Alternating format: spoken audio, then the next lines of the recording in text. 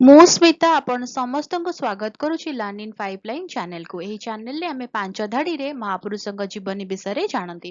ଯେତେବେଳେ ପାଞ୍ଚ ଧାଡ଼ିରେ ଜାଣନ୍ତି ଅଧିକା ଜାଣିବାକୁ ଇଚ୍ଛା ହୁଏ। ଯଦି ଅଧିକା ଜାଣିବାକୁ ଇଚ୍ଛା ଅଛି କମେଣ୍ଟରେ ଜଣେଇବେ। ଆମେ କ'ଣ କରିବା ନା 10 ଧାଡ଼ି 15 ଧାଡ଼ି ବା ଲମ୍ବା ଏସେ ମହାପୁରୁଷଙ୍କ ବିଷୟରେ ନେଇକି ଆସିବା। ତାହେଲେ ଆଜିର ଭିଡ଼ିଓରେ ଆମେ ଜାଣିବା ଆଉ ଜଣେ ମହାପୁରୁଷଙ୍କ ଜୀବନୀ ମାତ୍ର 5 ଧାଡ଼ିରେ। ସକ୍ରେଟିସ୍ 470 ଖ୍ରୀଷ୍ଟପୂର୍ବରେ ଜନ୍ମଗ୍ରହଣ କରିଥିଲେ। ସେ ଜଣେ ଗ୍ରୀକ୍ ଦାର୍ଶନିକ ଥିଲେ ଯାହାଙ୍କୁ ପାଶ୍ଚାତ୍ୟ ଦର୍ଶନର ଜନକ କୁହାଯାଏ। ସକ୍ରେଟିସ୍ ଆତ୍ମପରୀକ୍ଷଣର ଗୁରୁତ୍ୱ ଉପରେ ବିଶ୍ୱାସ କରୁଥିଲେ। ତାଙ୍କର ପ୍ରସିଦ୍ଧ ପଂକ୍ତି ଥିଲା ଅପରୀକ୍ଷିତ ଜୀବନ ବଞ୍ଚିବା ଯୋଗ୍ୟ ନୁହଁ। ଖ୍ରୀଷ୍ଟପୂର୍ବ 399 ମସିହାରେ ତାଙ୍କ ଉପରେ ଯୁବକମାନଙ୍କୁ ଦୁର୍ନୀତି କରିବାର ଅଭିଯୋଗ ଆସିଥିଲା। ଗୋଟିଏ ଦିନ ଧରି ଚାଲିଥିବା ବିଚାର ପରେ ତାଙ୍କୁ ମୃତ୍ୟୁଦଣ୍ଡ ଦିଆଯାଇଥିଲା।